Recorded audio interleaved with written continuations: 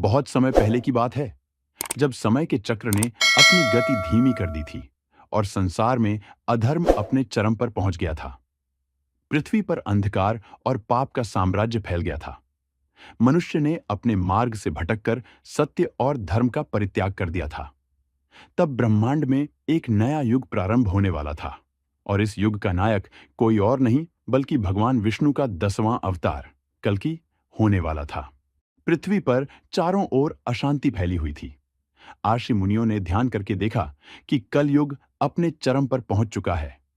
सभी को झांत था कि जब संसार में पाप और अधर्म का बोलबाला हो जाएगा, तब भगवान विष्णु का कल की अवतार होगा। यह भविष्यवाणी प्राचीन ग्रंथों में लिखी गई थी, लेकिन अब वह समय निकट आ गया था जब यह सत्य होने वाला था।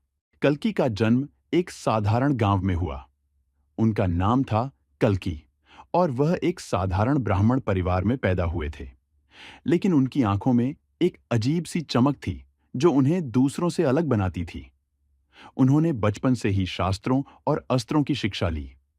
उनके गुरु ने बताया कि उनका जन्म एक महान उद्देश्य के लिए हुआ है, संसार को अधर्म से मुक्त करने के लिए।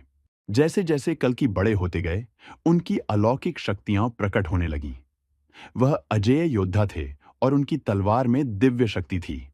उनके पास भगवान शिव द्वारा दिया गया एक दिव्य घोड़ा था जो हवा से भी तेज दौड़ता था।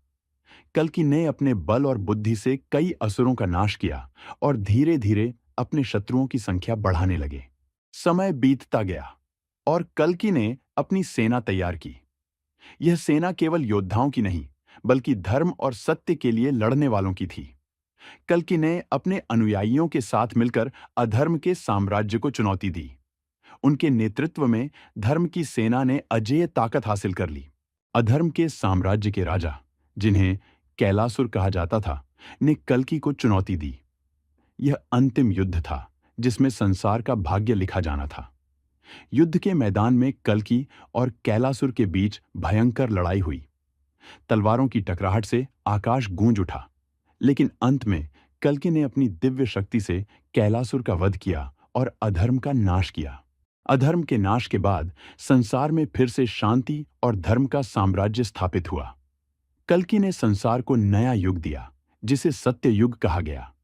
उन्होंने संसार के हर जीव को धर्म और सत्य का मार्ग दिखाया और फिर अंत में अपने दिव्य लोक को लौट गए। कल्कि ने जाते जाते संसार को एक महत्वपूर्ण संदेश दिया। धर्म और सत्य का मार्ग ही सच्चा मार्ग है। समय चाहे कितना भी बदल जाए, लेकिन धर्म की ज्योति कभी नहीं बुझनी चाहिए। इस प्रकार कल्कि ने संसार को एक नया युग दिया और एक महान गाथा का अंत हुआ, जो आने वाली पीढ़ियों के लिए प्रेरणा का स्रोत बनी।